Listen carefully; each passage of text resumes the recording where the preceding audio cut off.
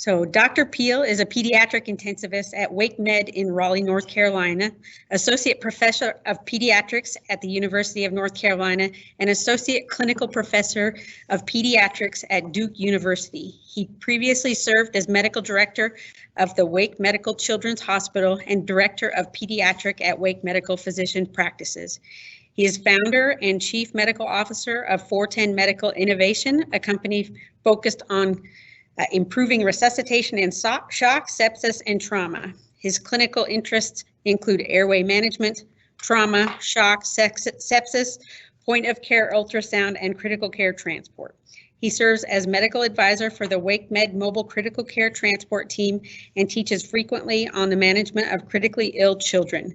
Dr. Piehl is also the founder and former chief medical officer of the Samaritan Health Center, a clinic for the homeless and uninsured in Durham, North Carolina. Dr. Peter Antevy is the innovator of the Antevy Pediatric Resuscitation System. He's a nationally recognized lecturer and expert in the field of pre-hospital pediatrics. He's a adult in pediatric pre-hospital care. Dr. Antevy is a pediatric emergency medicine physician at Joe DiMaggio Children's Hospital. He also currently serves as the EMS medical director for Davie Fire Rescue, Coral Springs Fire Department, Southwest Ranches Fire Rescue, American Ambulance, is the associate medical director for Palm Beach County Fire Rescue, Miriam Fire Rescue, and Seminole Tribe Fire Rescue. He currently serves as the president of Greater Broward EMS Medical Director Association, an organization who provides service, who provides service for 1.5 million residents of Broward County, Florida. He's truly an honor to have both of these amazing experts present for us today. So please welcome Dr. Antevy and Dr. Piehl. Thank you. So I'll start. I'll thank everyone for allowing Mark and I to present today. So I wanted to thank everyone for having us. We have a few disclosures here. So as far as my disclosure, I'm the founder and CEO of Antevy. And, typically I try and kind of steer clear of that topic during a talk. However, I've been asked to speak a little bit about that, and I'll save that for the end. Mark? Yep, and similarly, I'm my disclosure is I'm a founder of a company as well called 410 Medical. We make a device that I'll mention briefly, but is not the focus of our talk. But we wanted to be upfront about our potential conflicts. So Peter, I'll let you keep going. Yeah, and actually, as two physicians who landed in business, we have kind of a list of things that we like to start with here, which is that we don't like business, actually hate it. Money has never been a driver for either of us, thankfully. Both of us never intended to start companies, but we both love resuscitation. We love taking care of sick patients. We love teaching, and we both recognize that things weren't right in our own respects. And Mark will, I'm sure will tell you his side of the story, but, I was making tenfold medication errors after training at the top 2 children's hospitals in the country. You could say shame on me, and I was embarrassed, I still am about it, but I figured I had to make it right. And this led to great personal stress. I remember going to the emergency department and just feeling like I wasn't qualified to be there. And then we figured we'd try to fix the problem. So, Mark, I'm sure will tell the same kind of story, but that's how we landed here today. Happy to talk about current problems in pediatric resuscitation. So let's get started. All right. Everyone hearing me okay? Yeah. So we titled the talk, I've given a talk a number of times for EMS audiences called The Fear Factor in Pediatrics, acknowledging that a lot of or most EMS providers encounter children less commonly, and they can be anxiety provoking. And our goal is to help you guys recognize and manage common problems and give you the confidence that you have the skill to do it well. And so this interesting study out of Oregon almost 10 years ago polled EMS workers, paramedics, EMTs, medical directors, and looked at how often they're seeing kids, and it's actually infrequent. It's less than 10% of all encounters, and that nevertheless they then encounter a lot of high-risk conditions, but seldom manage, which leads to a lot of folks not feeling comfortable with pediatric management in general, and in particular, more of them feeling uncomfortable with medication dosing in particular. And so we'll get to some solutions for that in a minute. You can go ahead, Peter. Yeah. And so then the question is, well, why should we care?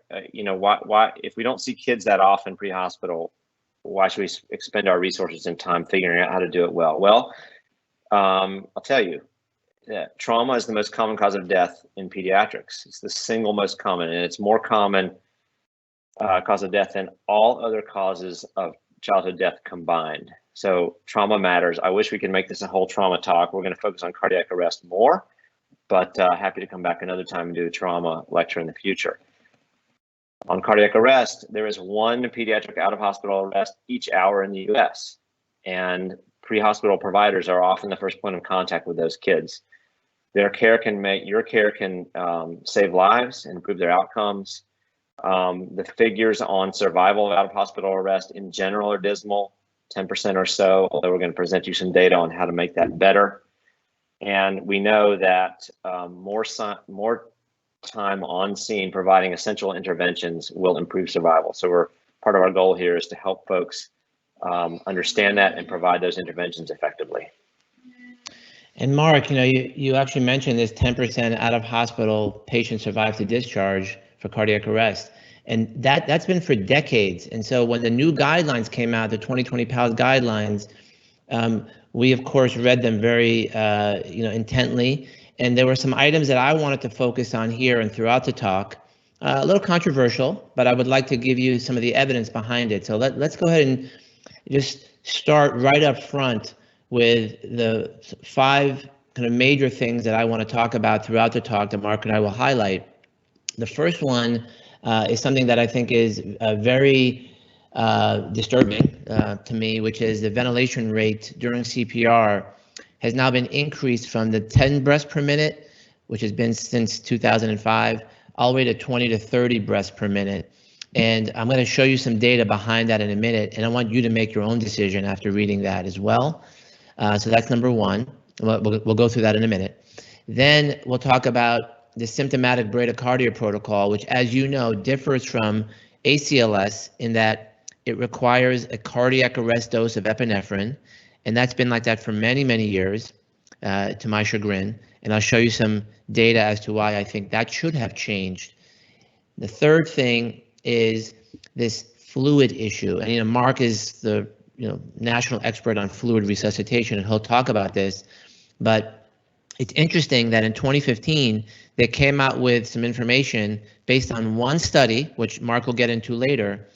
And now in 2020, they're saying that they now realize they should reevaluate that recommendation, even though the moment it came out, we all thought that it didn't make sense. So that's the FEAST trial we'll talk about later. And then, of course, the cuffed ET tubes, which we've been talking about for years, and so have the guidelines, but it's just a reinforcement that, yes, you should be using cuffed ET tubes on children, and Mark will talk about that later.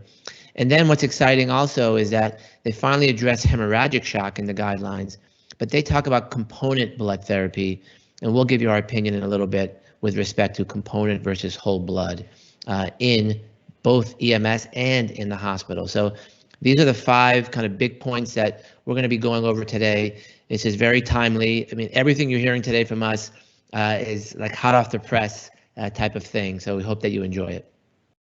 I'll start with ventilations, and the ventilation issue going from 10 breaths per minute to 20 to 30 breaths per minute. You might say to yourself, well, how does one come up with that recommendation so drastically different from prior?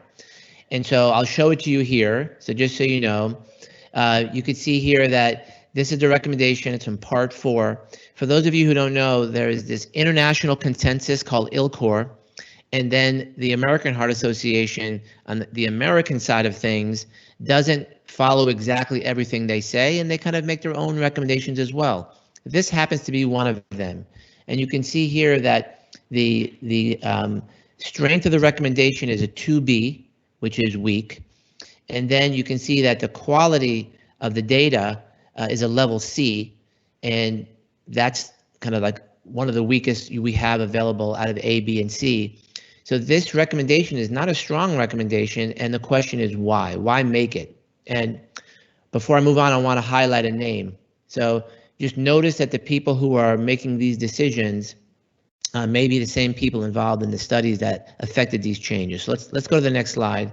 This is the study, and it would behoove everyone on this call to go ahead and look at the study, read it, because it's an important, it gives important insight into how this was changed, and I'll go take you through it here in a minute. This was in pediatric ICU study.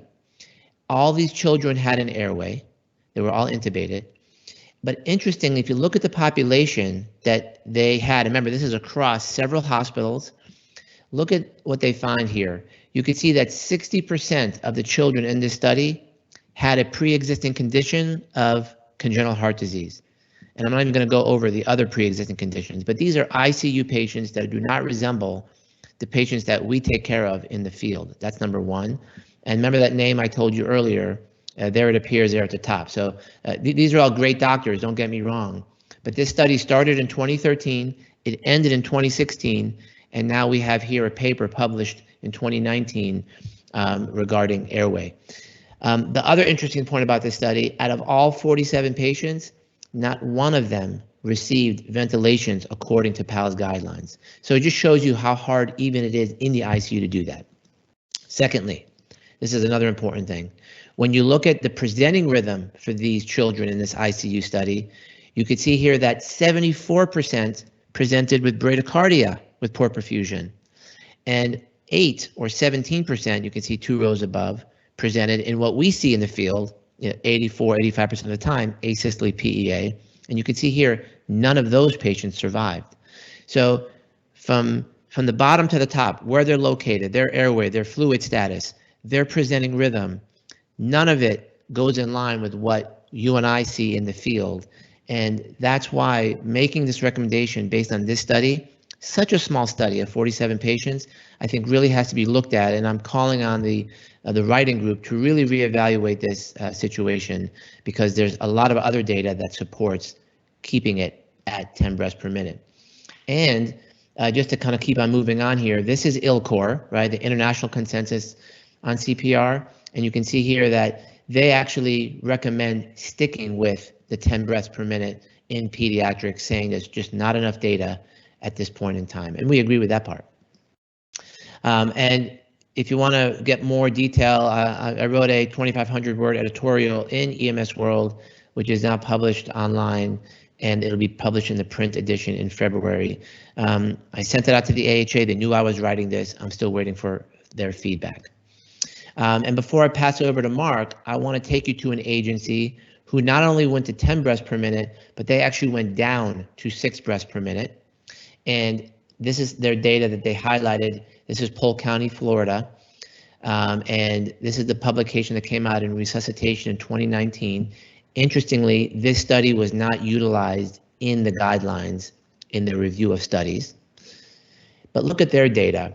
They did high performance CPR and focus on BLS, and look at what happens when you get, and they're using the Antevy system, but that's not the important part. The important part is that they get there and their epi time went from 17 minutes when they had no survivors to 7.5 when they had 13 survivors to 5.4 and they had 17 survivors. And you can see those in red are neuro intact survivors playing soccer, playing football today, whereas beforehand they didn't. Remember, all this was getting on scene, high performance BLS early, and treating with epinephrine early. And I think that's the big difference, specifically when you look at the respirations per minute. And I can say till today, that green is a neuro intact survival, and you can see that they keep going up and up. And it's really fascinating to see that it's not the ventilation speed, it's everything else. So Mark, I'll pass it on over to you.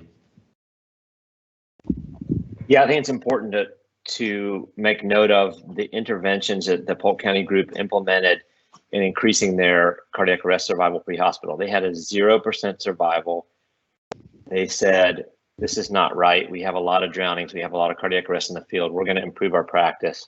And they implemented a stay and play strategy, which included a pit crew approach in their training and in their care, a priority on airway, and that could be bag valve mask ventilation or an advanced airway, depending on the comfort of that crew. Immediate IO access, we'll talk about both of these in a minute, and age-based as opposed to length-based dosing guide so they could prep ahead of time. That was the Antevy, and pre-arrival discussion of their crews. And they have shown that they've resulted in a ton of lives of neuro-intact survivors in kids, which is dramatic. So let's talk about airway. This is a controversy in pre-hospital care. Should we be intubating kids? Should we not? Should we use bag valve mask only? The new PALS guidelines basically continue to say that BVM is reasonable. It's a 2A recommendation, so it's not super high quality of evidence, but the bag valve mask reasonable is reasonable compared to advanced airway. Basically meaning you choose. There's not a ton of evidence for advantage of one versus the other. And in general, I tend to agree with this. But what I want to point out is that the study that these guidelines and many others rely upon to determine that bag valve mask ventilation is equivalent is a 20-year-old study out of California. Well done, to be clear. This is LA County EMS. And they looked at almost 1,000 patients over 3 years, in which they randomized cardiac arrest to bag valve mask ventilation or BVM plus an endotracheal tube. And they showed that they had about half of their patients successfully intubated. They had almost 85% of patients successfully ventilated as measured by the observance of good chest rise, which is, I think, a difficult feature to confirm your adequacy of ventilation. They showed that 30 patients who were intubated had esophageal intubations, 30, or tubes fell out en route, and all those patients died. And the conclusion of this study was, we don't think paramedics should be intubating in the field. BVM is sufficient.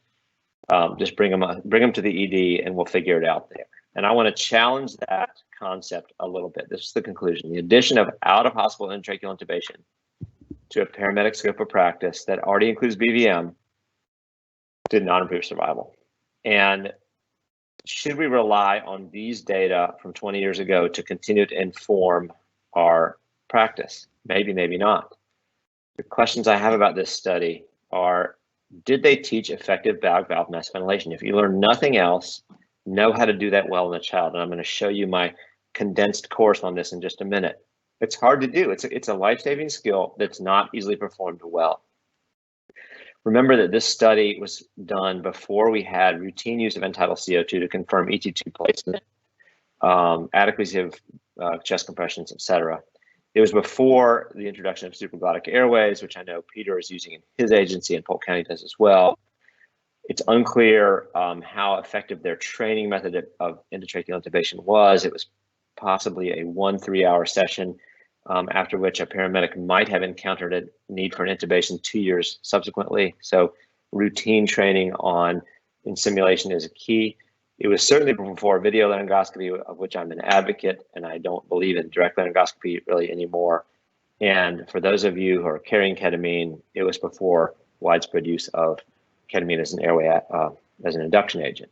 So why might placing an endotracheal tube in the field cause harm? Why we all think intuitively, yeah, a tube's better.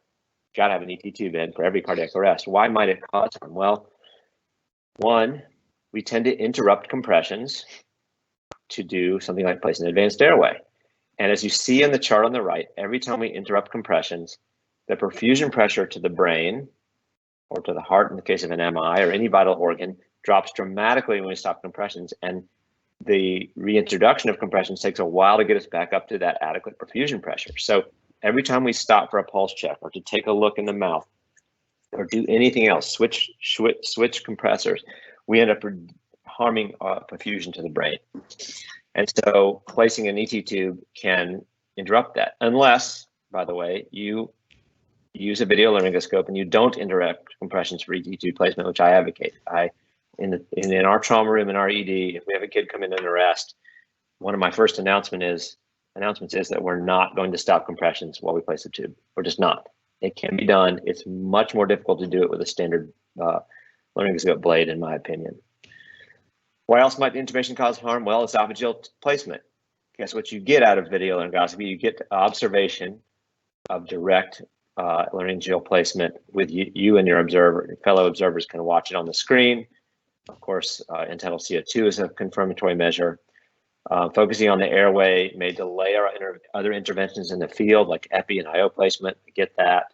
We may be distracted, and time just kind of stands still in these situations, and we forget in the focus on airway placement that we may need to be focusing more on other important interventions like CPR.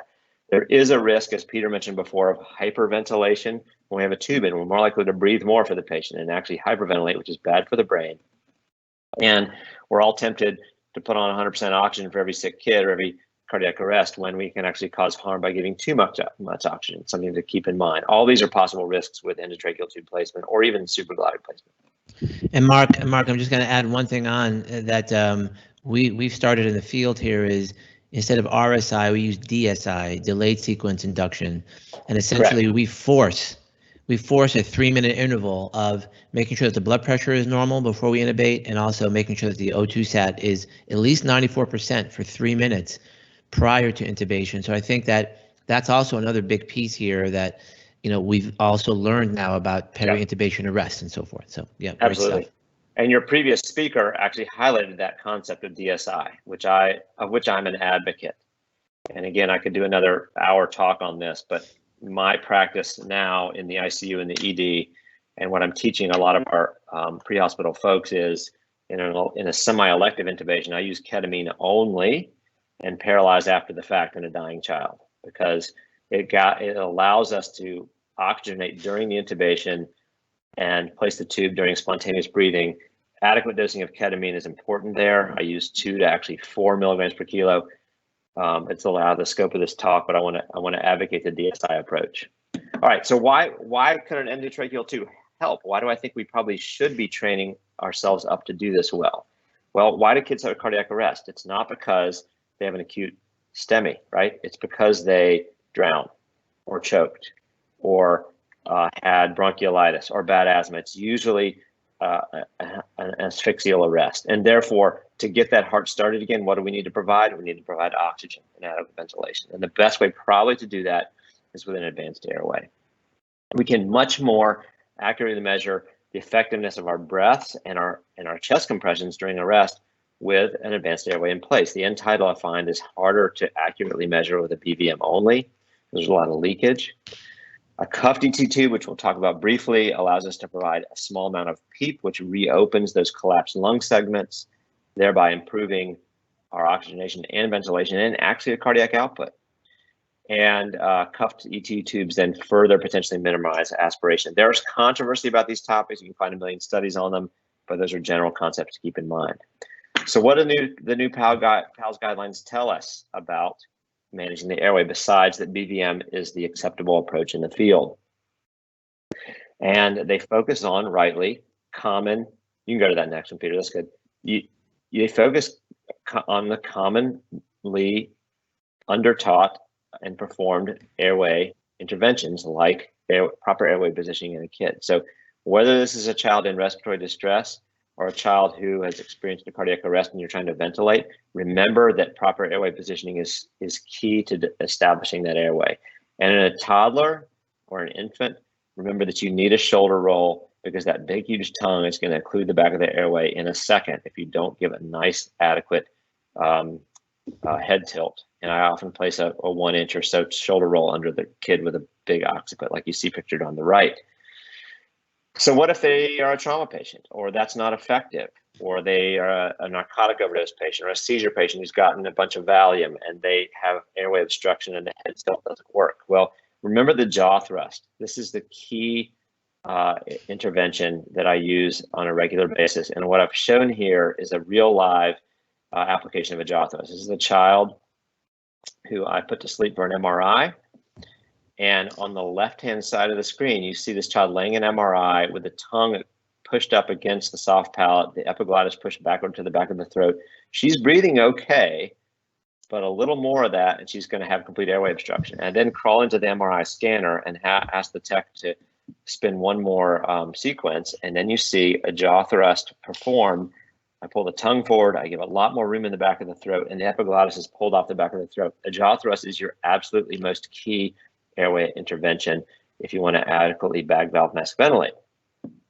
So this brings me to, how do we then do that? PALS teaches us, I think, the wrong way. They teach a concept called the EC clamp, which is designed, it was actually designed by a surgeon and named this by a surgeon in New York many, many years ago, and it's persisted as the concept in PALS for some reason. And the point is that you use your fingers to clamp under the jaw to clamp the mask onto the face. It seems intuitively like it would work, but guess what you do in that process? You produce that right hand picture, which is I'm thrusting the tongue up against the roof of the mouth, thereby occluding my oral airway. What I'd rather do is the technique on the left, which is a jaw thrust with simultaneous mask application. That's best done with two hands, but then you need someone else to run the BVM. So how do we do that with a one-handed technique? And that's what I call the VE clamp, where the V becomes your thumb and forefinger applied to the V of the BVM mask, and my hands are turned 90 degrees so that my fingers are only touching the angle of the mandible, thereby creating a jaw thrust while I push down on the mask. And I can actually then, with the palm of my hand, provide a head tilt. It gives me a much easier BVM ventilation.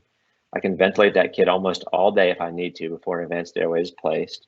And I don't then risk overinflating, using too much pressure and overinflating the stomach, which is going to cause, as you can imagine, lots of problems in ventilating the child.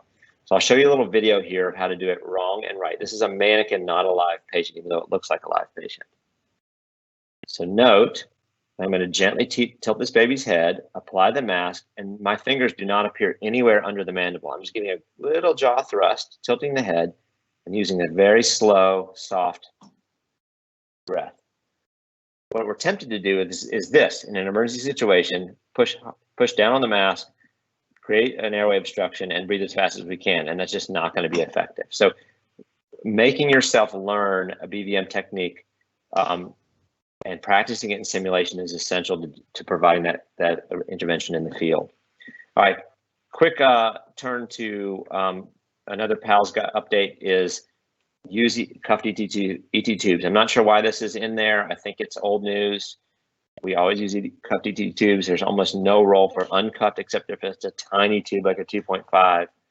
But there are many reasons to use the cuff, including the ones I mentioned before, like preventing subsequent aspiration. And you actually have a reduced risk of tracheal injury with these new low pressure, high volume ET tube cuffs. I put my quick calculation for ET tube size. Many apps will teach you those sizes, including the Antevy app. But in the moment when I'm choosing a tube, I just remember the age, the 4+ age over 4 calculation for everyone over 1 is a quick calculation that I like to use. Peter, do you have a favorite that you just memorize? Yeah. No, yeah, this is the same one at the bottom, but yeah. You know, I will say that, you know, we have 1,300 cities using our stuff now. And I could say that a majority of them used uncuffed tubes because it's just been what they've done for a long time. And that transformation to a cuffed tube, I mean, my inbox every week is filled with people asking me the same question. So I think that at least on the hospital side, I think we've done it for quite a while. But I think EMS, it's time for those who do carry endotracheal tubes to carry a cuff tube. And again, you don't have to inflate that cuff if there's no leak, right? So that's another big thing there.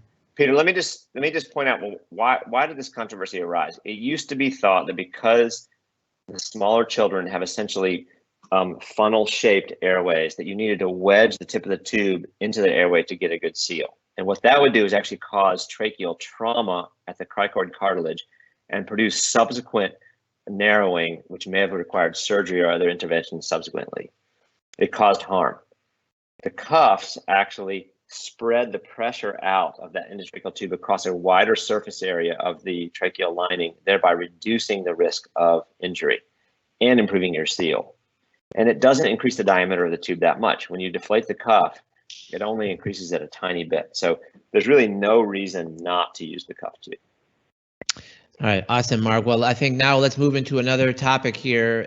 It's the third topic that I had on our opening slide, but it's really the topic that you're the expert at, which is fluids. You've essentially dedicated your career to this after that initial case, which I'm sure you're going to mention here. But what I wanted to do is start everybody off with a case. Right, this is a case that we recently had in my emergency department. This is a 15-year-old female who happened to have, the parent state happened to have COVID-19 several weeks before, and she came in, she was altered. She was hypotensive with a BP of 81/30. She was tacking away at 166. She was, of course, tachypnic. And, put yourself in that particular situation. The simple thing that most people would say if you're doing a tabletop exercise is just give fluids. But it turns out that giving fluids for many, many years has been very difficult, whether you're an adult or a pediatric patient. So let's talk about that particular case, and then I'll show you what we ended up doing. And I got to give big kudos to Mark because we actually use a device that he created. We've been using it now amazingly well for the last 3 years. And I'll say the end of this case after we talk through about these fluids. But what I wanted to show you was the 2015 recommendation. And when I started this, I told you that everything was kind of based on a single study that was done not in America. So the recommendation in 2015, which was a little disturbing to us, is that they said an administration of an initial fluid bolus of 20 per kilo to children in shock, and look at the writing there, is reasonable. Okay, so we said, what do you mean is reasonable? And they said, well, if limited resources, like ventilators or pressors are if they're limited, then give boluses with caution. So my inbox was full of saying, hey, Pete, are we not giving boluses anymore to kids? And I said, whoa. So all it takes is to look at that study, that one study, and when you read through part 4 of the guidelines, they reference every recommendation. Read the references, and I'll show you what that reference showed. So here comes the data. They looked at, all these studies here looked at whether limiting IV fluids is beneficial or harmful, right? People actually studied it. And you can see here in that one little box in the corner, sitting all by itself, is a study by Dr. Maitland, upper echelon physician, researcher, scientist. And then you look at the study. Where was the study done? In sub-Saharan Africa. Who was the study done on? Children with malaria and dengue fever, not children that we would see here in America, although you may see them every once in a while. And they don't have ventilators, they don't have ICUs. And you ask yourself, does that patient population fit into our patient population? And the answer is clearly no. But it was that one study that made that recommendation to the 2015 guidelines that now in 2020, they're stating, we're going to go back and relook at that. It sounds very similar to the ventilation issue where they used a 47 patient study to make a change to the guidelines. So what I want to do is pass it over to Mark, who's the guru on this, and talk about fluids and the physiology and so forth. Right, and we chose to focus on this one because it's in these new recommendations that we see what appears to be a more hesitant approach toward fluid resuscitation, and want to back up and think about the physiology of why are fluids given in the first place to kids in shock. What you see is a old classic graph of how kids respond to shock, okay? So in the blue box is normal vitals, 100% of everything being normal, the heart rate, the blood pressure, the cardiac output. As shock develops for any reason, this could be sepsis, it could be anaphylaxis, it could be blood loss, it could be a drug overdose. Kids tend to be able to compensate with a normal blood pressure longer than adults do, okay? So kids respond to shock states by increasing their cardiac output purely through increasing their heart rate. This is why heart rate is the most important pediatric vital sign. A child with a high heart rate needs to be taken seriously. It may be that their heart rate is high because they are nervous or scared or febrile or just got albuterol. But often it may be because they're telling you they're sick and they're trying to produce more blood flow to the body and they're unable to keep up. So what happens is the blood pressure stays normal. We think this child's fine, this child's fine. What we need to be doing during that phase is watching for other signs of poor cardiac output, which are poor cap refill, quality of the pulses, mental status, things like that. As the shock gets worse, the heart rate increases, the systemic vascular resistance increases until suddenly the child moves into what's called uncompensated shock, where the blood pressure falls. And at that point, we're in a pre-arrest state. Therefore, it's applicable to our talk today on cardiac arrest, because cardiovascular collapse is a common cause of cardiac arrest due to sepsis and septic shock. And so what we want to do is intervene. Can you go back once, Peter? Sorry.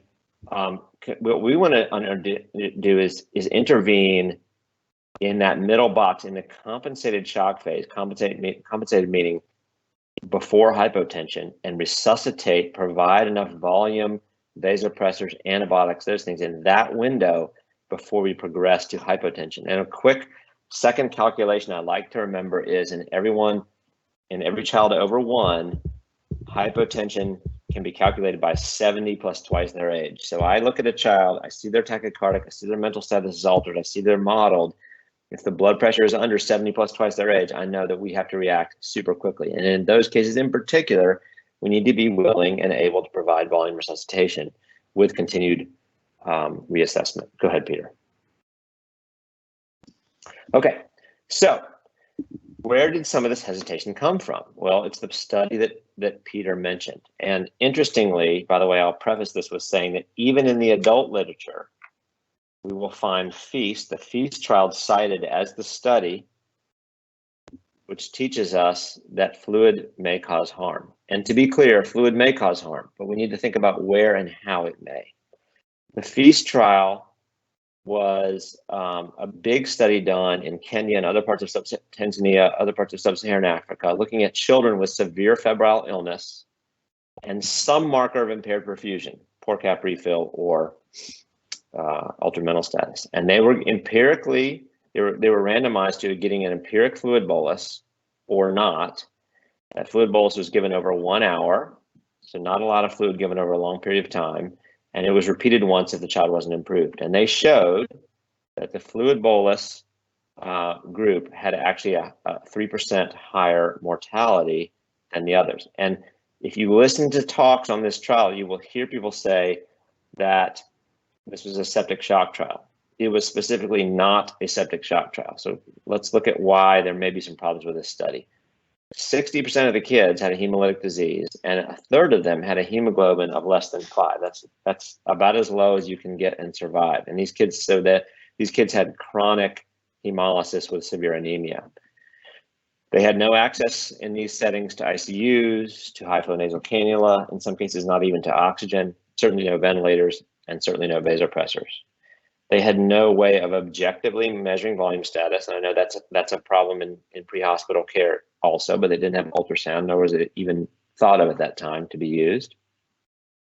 A lot of these kids also got blood, and the control group, the non-bolus kids, had 7% mortality. And remember, if you look at septic shock literature across the world, septic shock mortality is actually up to 50%. So these were not kids with septic shock.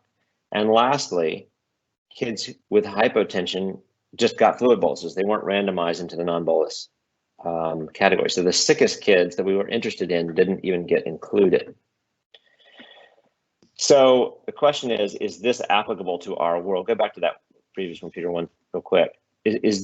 Are these data worthy of our consideration as we think about resuscitating a child with shock? And I would, in general, say, yeah, pay attention to this. Fluids can cause harm, but none of us, Peter nor I, in our ED, would take a child with severe anemia from sickle cell, for example, and give them a big fluid bolus. These were not the population of patients that we encounter on a day-to-day basis with shock from things like sepsis. So where can fluids cause harm?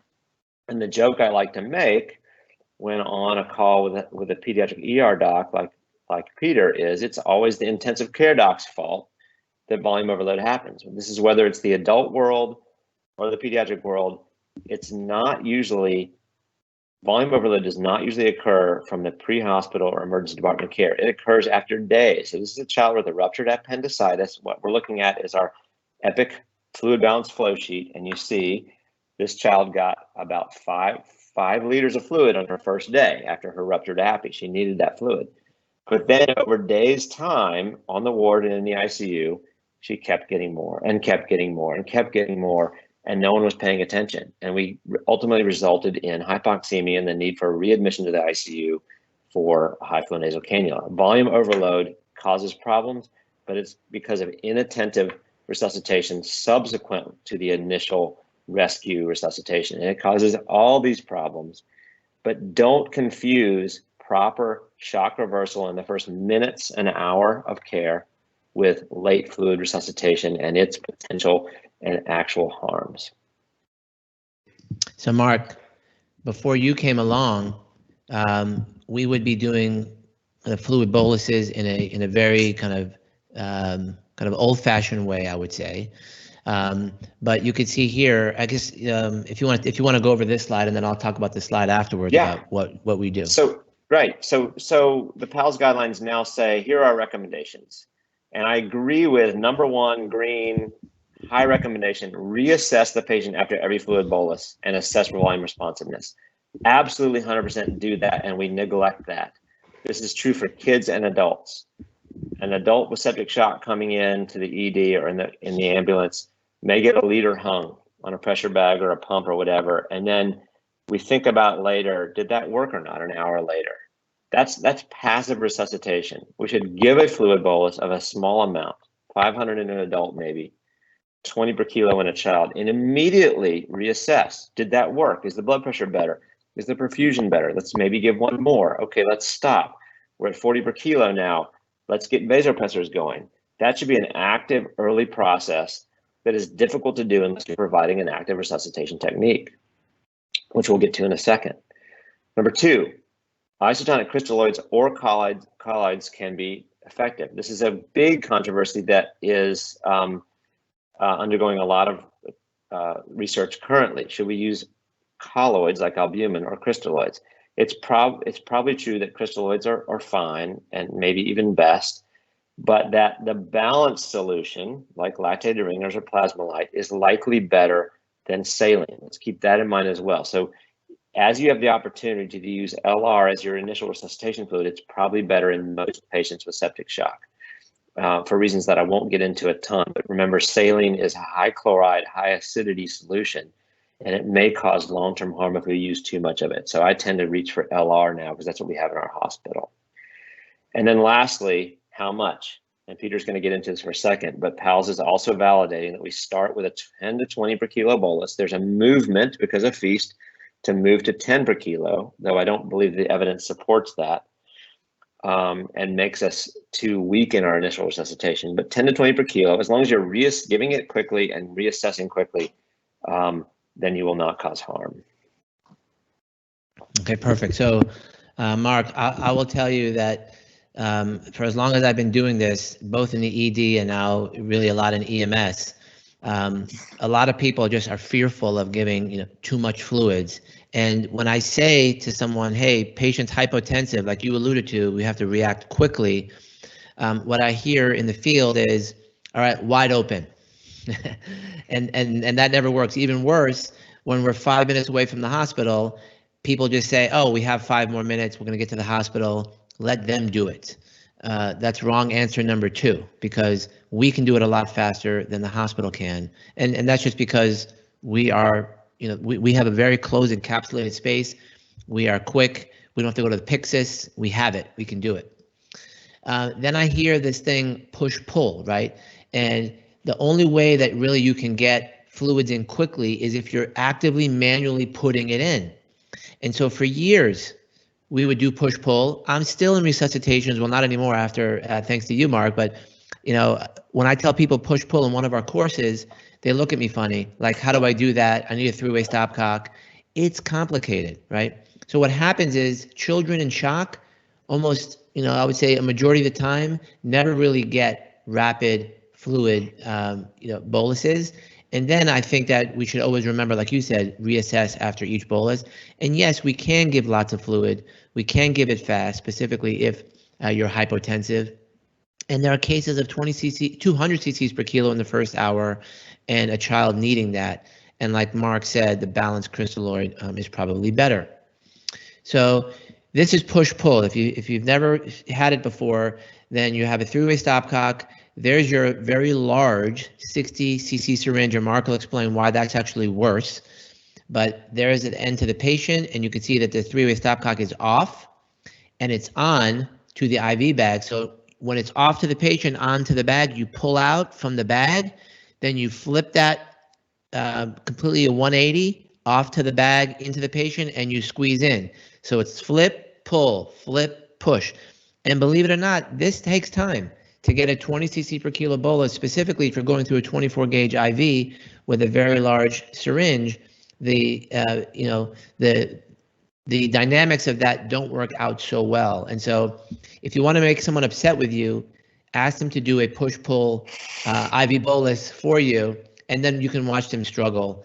And especially if they're in front of mom and dad, they will not do it. They'll move to the vehicle. Now we're 5 minutes away from the hospital. And then next thing you know, the kid has been hypotensive for the last 10 minutes, and that's bad. So Mark, this video started, but Mark, if you want to take it away and kind of show this, and then we'll show what you've created. Peter, back up to the last one. I'll just set it up. So what I'm going to show you is the real life application of a push-pull setup. And this is going to be about a 10-year-old child. All we have is a tibial IO. I've just intubated her. She's in shock. She's hypotensive. She's mottled. She has septic shock. How do we get the 20 per kilo into her in any kind of time adequate to resuscitate her? And so I videoed one of our nurses using the push-pull technique through this IO.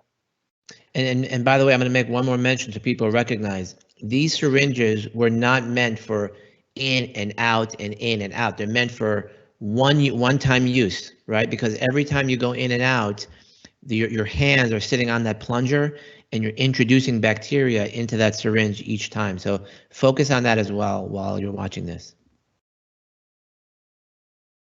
And I hope the video is coming through to folks who are watching remotely, but you can see that this is a struggle. It's taking a long time to get that fluid infused, and you can hear some chaos in the background if I'd had the sound on. So I say, Mary, why don't you put on a 10 mil syringe and see if that goes easier? And she thinks, no, you said give that fluid fast. I need a big syringe. Well, watch what happens when we switch to a small one. Now the work is of 3 fingers, not 2 hands, and she can easily administer that volume with repetitive strokes of the 10 mil syringe. The problem is to get the liter into this patient, which is a little over 20 per kilo, she needs to do that 100 times. And it was this very situation multiple times, including in 2 children who died in our care, that made me think we can't do this well enough in super sick children, especially if they're a trauma patient and need to get blood applied quickly. How can we improve upon this technique, which is not clean, fast, or intuitive? And one other point I want to make about IO access is use ephemeral IO. And Peter and I both now teach this routinely in all of our courses. It's not commonly thought of. The tibia seems to be an easier spot. It's easier to palpate, but routinely we find that EMS placed IO lines are loose when they come in. They're not super stable. The bone cortex is thin there. And as soon as the child gets into the ED, if we need a new IO, I throw in ephemeral. The bone is bigger, as you can see. The bone cortex is thicker, which means it seats more solidly. The flow into the femoral vein is faster, and it's just overall a much more satisfying and effective placement. So I tend to put 1 to 2 finger breadths above the patella, straight down to the femur.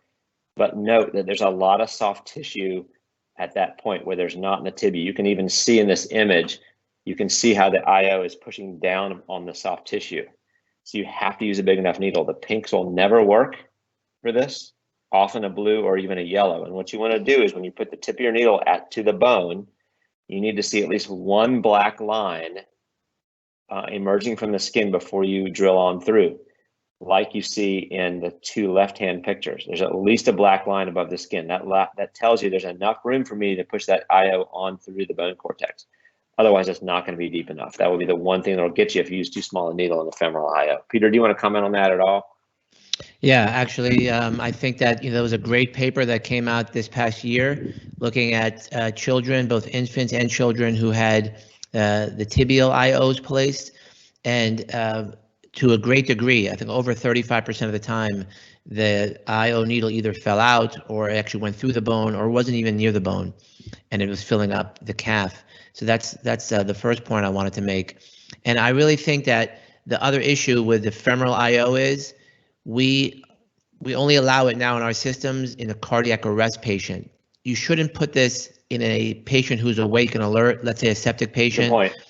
Because that hub of the plastic, the yellow or the pink or the blue hub, when it spins against the skin, it burns and it hurts. And so the last thing you want is a septic patient who's screaming in pain, more so than they would have normally. So those are the two big points. And I created a little video on the YouTube channel. People could check that out. It's a quick 4-minute video about the femoral IO being better. And so, Mark, I think it's a good time now to show what we did. That case that I started with, 15-year-old female, she ended up having MISC, which is the inflammatory syndrome that occurs after COVID. She came in altered. She came in tachypnic, tachycardic, hypotensive, and we immediately put in an IV in her, and watch what we did. We gave her, using the life flow, we quickly, within a few minutes, she had a liter of fluid. She ended up responding after 3 boluses. Her blood pressure responded now was about 115/80. And her mental status came right back, and she ended up going on a vasopressin drip up to the ICU, did very, very well, and she walked out of the hospital just a couple days later. So no longer do we screen for push-pull anymore, and the nurses fight over your device, so you'd be pretty happy to hear that. Yeah. And then the other thing I do want to mention is that ever since this is now FDA approved for blood, we now have moved it into our EMS system, and I have to give big kudos to Dr. Jim Roach and Chief Heath Clark. So now if you're in Broward County and you have if you're in a major trauma and you're an adult or you're a pediatric patient and you're hemorrhaging, you will get whole blood via life flow in the field. And so it's really exciting times, and Mark, you put your life's work into this, and I greatly appreciate it. You want to say anything before we move on? No, it's good. Thanks, Peter. Yeah. Okay. Okay, let's move on. I know we have a few minutes left here. The next item that I'd like everyone to focus on, this is kind of hidden in the guidelines, but kind of a resus junkie like me, the first thing I looked for was, hey, did they change the protocol? And the reason I asked is because I knew there was a big study that came out that suggested they should change it. So here's the study published in January 2020, Resuscitation, by a guy named Matthias Holmberg. And he looked specifically at children with symptomatic bradycardia with poor perfusion to see whether or not epinephrine was beneficial or not. And look what he found. Remember, this is a study with over 7,000 patients in it, 7,000. And so I have here the group here. So look at the survival to discharge of no epi versus epi. And I'm going to put in red the risk ratio of 1. So if you're on the left side of that risk ratio of 1, meaning that the plotted point or the whiskers do not cross over the red line, it shows that it favors no epinephrine being given. And you can look down that line on the left and notice that almost all of them are on the left-hand side favoring no epinephrine. And then the overall, the very bottom row, surely favors not giving epinephrine. Beautiful study. Actually, it published online in 2019. And then within weeks, I had modified my protocol because I had never been a believer in giving cardiac arrest epi to children who have a pulse. That's a whole nother lecture that I can go into, but I won't. So the conclusion of this study was we found that epinephrine was associated with worse outcomes in children receiving cardiopulmonary resuscitation with bradycardia with port perfusion. And although the study does not eliminate the potential for unmeasured and residual confounding, further research and using more granular data, the typical thing that you would see from a non-randomized study, right? So it doesn't occur in adults. It's staying here in children. And so, again, this is another miss, I think, for the 2020 guidelines. We have, again, modified our EMS guidelines to reflect this with great success, and we're hoping to publish that. Again, it's not going to be a randomized study, but we're going to put that out. Peter, tell them how you modified your guidelines briefly. Right. So we use fluids, and then we use push pressor epi. So I'm sure many of you know push pressor epi. Basically, instead of regular epi, cardiac arrest, which is 100 micrograms per ml, we dilute it tenfold, meaning we only take 1 ml of your 1 to 10,000 syringe. We add 9 mLs of saline, and now we just give 1 ml of that, and we wait. And we can repeat that dose as frequently as every minute, but often, Mark, we find we don't have to repeat it for sometimes 5, 10, or 15 minutes. Exactly. It's what I call a poor man's epi drip, and there's now very good data in EMS that this is very safe as long as you kind of have the right training on it and so forth. So I highly recommend, if you don't have push pressor epi yet, let's do it. I agree. Okay, and then we're almost done here, but let's go into trauma, which I know you've really worked hard on with getting blood to kids and adults. So this is not earth-shattering stuff. You guys are probably used to the concept of effective trauma resuscitation in adults, but it's now coming to kids that the recommendation is if a child's in hemorrhagic shock, it's reasonable to, this is kind of weird guideline language, not do it, but it's reasonable to give blood products. To all of us, that's just intuitive. But the evidence is now pointing towards more blood, less fluid for trauma, and I agree with that evidence. The question is, how do you get it in? And here you see one of my own patients, one of the children that have taught me the most about trauma care of any child in my 20-year practice history. And I would love to tell you that whole story someday, but this little one was near dead, and we had to infuse blood by syringe through a tibial IO. This was prior to my revelation of femoral IOs, but this is how we gave it.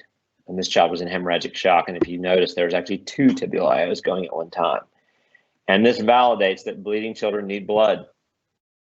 And so the PALS guidelines are just helping us point that out. The ATLS guidelines, interestingly, still recommend crystalloid first, a 20 per kilo bolus, or 1,000 in adults.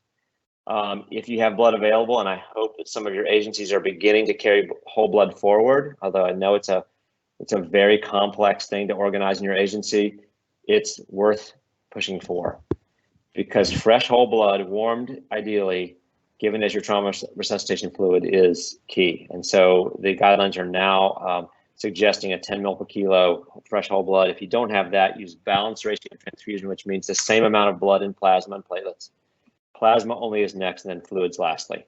Peter, I sense that we're getting towards the end of time, so let's keep going. Yep, perfect. Let's talk about medication dosing real quick. Obviously, something that I've been passionate about for a long time now. And, you know, many people make medication errors. The guidelines really haven't changed much with their thoughts on medication dosing per se. But I know that people always ask this question, Mark, maybe you can address atropine in pediatrics. Yep. So Peter's going to talk quickly about epidosing, but you don't need atropine for intubation if you use ketamine as your inducting agent and you don't use sux as your paralytic. Ketamine will reverse all bradycardia, I think, and succinylcholine is probably an inducer of bradycardia. The biggest inducer of bradycardia is the hypoxia that comes with inadequate pre-oxygenation. So I'm not a big fan of atropine for pre-induction, intubation induction. Okay, excellent. And actually, I'm going to bring in an EMS relevant paper. You don't often see position statements from the NAMSP in kids. I mean, our committee has done a great job putting this forward, but you could see here that the medication dosing safety position paper, I would advise you all to read it. Let me just give you some major points here. They advising for pre-calculated dosing, right? You should never be doing math on scene. It should go exactly with your protocols. It could be an electronic or a pre-printed format. They want you to be able to modify the tools in a timely manner. I had to do that recently because we've had more shortages here in Broward County. And then the training should be more frequent, and it should be simulation-based, scenario-based. And so I was asked to talk a little bit about Antevy, although I kind of shy away from that here on these types of talks. So what I'll do is I'll just mention that if you know, the one thing I'm pretty excited about actually is that we just developed a CPR metronome that includes kind of everything that we do in EMS for high performance CPR. If you're watching this and you want to check it out, just use that QR code. Again, I don't want to go into you know, making this sound like I'm selling you something, but you know, the medication safety portion of the world is very, very important to me, and really that's kind of my mission and why I feel I've been put on this earth, is to try and save more kids that way. And Peter, let me just throw in, you mentioned push dose pressors. It's routinely difficult to figure out these doses, especially with epinephrine. And so this is something, a reference like this helps you immediately know, okay, it's that many mLs, that's how I mix it. Now I feel confident with that dosing. Awesome. All right, well, we've come to the end, and really want to thank all the conference organizers for allowing us to zoom in. Mark, what do you think? Maybe next year we'll actually fly up to Montana if they'll as long as we can ski at Big Sky, we are there. Okay. All right. Well, do you guys thanks have everyone. Questions? If there are questions that have come in, we can try to take a few. Oh, let's do that. I did. I don't know if I can see them or not. There's a lot of wonderful contributions. Thank you guys so much. Great presentation, all that going on in the background. So thank you guys so much. Thank you. You're welcome. I'm just amazed that we were able to get you. I know Jason Mahoney from the state EMSC folks called you, and we're just so fortunate to have such great experts talk to us here in Montana on this fine Saturday. So thank you so much. It's a privilege to do it. Thank you. Have 490 people logged on right now watching you, wow. And that might not seem like too many to you guys, but for us in Montana, having that many folks on one thing is probably a little over double what we normally get at our conference. So it's a really big number. Huge shout out to you guys for getting that many people on board and being able to watch you. So thank you so much again for your time. Really would like you to speak to us in person next year if you can. And listen, the last thing I'll say is that all of you folks who are out in the field doing the hard work, you know, risking your lives and your family's lives, we really appreciate you guys. As a medical director, Mark and I both kind of really are humbled to, you know, work in the field of EMS. Don't think that your role goes unnoticed. So just thank you guys. Stay safe, and we hope to see you in person next year. Okay. Lindy, do you want me to answer any of these questions, or are we out of time? You go for it. Yeah, go ahead, please. So I see one here that is Peter's expertise, but I'll address it to start. Can you explain the concept of stay and play with pediatric resuscitation, or resources we can look at to further educate ourselves? So this is the biggest question, pediatric cardiac arrest resuscitation. The temptation is there's an audience there at the home or at the pool or wherever I arrive to see this child in arrest. I'm scared to death. What do? Scoop that child up, put him in the truck, and then we'll figure it out.